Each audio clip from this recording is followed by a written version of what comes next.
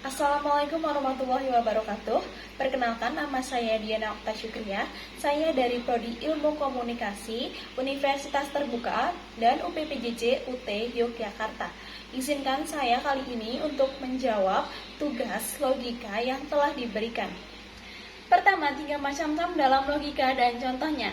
A. Term universal, term yang mencakup semua anggota dari suatu kelas atau kategori tertentu.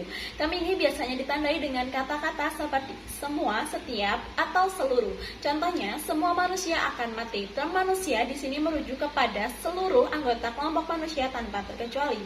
B. Term partikuler, term yang hanya mencakup sebagian anggota dari suatu kelompok atau kategori tertentu. Term ini biasanya ditandai dengan kata-kata seperti beberapa, sebagian, atau banyak. Contohnya, beberapa siswa tidak hadir hari ini. Term siswa hanya merujuk pada sebagian anggota kelompok siswa. C. Term singular atau tunggal, term yang merujuk pada suatu individu tertentu atau objek spesifik. Contohnya, Soekarno adalah seorang proklamator. Term Soekarno merujuk pada suatu individu tertentu yang dikenal secara spesifik. 2. Bentuk sesat pikir, logical fallacy. Sesat pikir adalah kesalahan dalam penalaran yang dapat mengakibatkan argumen yang tidak valid atau tidak dapat diterima. Berikut adalah beberapa bentuk sesat pikir untuk umum beserta contohnya. A. Ad hominem, argumen yang menyerang karakter atau sifat pribadi lawan alih-alih membalas argumen yang diajukan. Contohnya, Anda tidak bisa mempercayai pendapat tentang perubahan iklim karena dia tidak pernah menyelesaikan kuliah. B. Strawman, menyajikan versi yang lemah atau salah dari argumen lawan untuk kemudian menyerahnya. Contohnya, orang yang mendukung pengurangan anggaran militer hanya ingin kita tidak memiliki pertahanan sama sekali. C. Slippery slope, mengklaim bahwa suatu tindakan kecil akan mengarah pada serangkaian konsekuensi negatif yang ekstrim tanpa bukti yang jelas. Contoh, jika kita mengizinkan siswa untuk menggunakan kalkulator di ujian, maka mereka tidak akan pernah belajar matematika dan akhirnya tidak bisa menghitung apapun.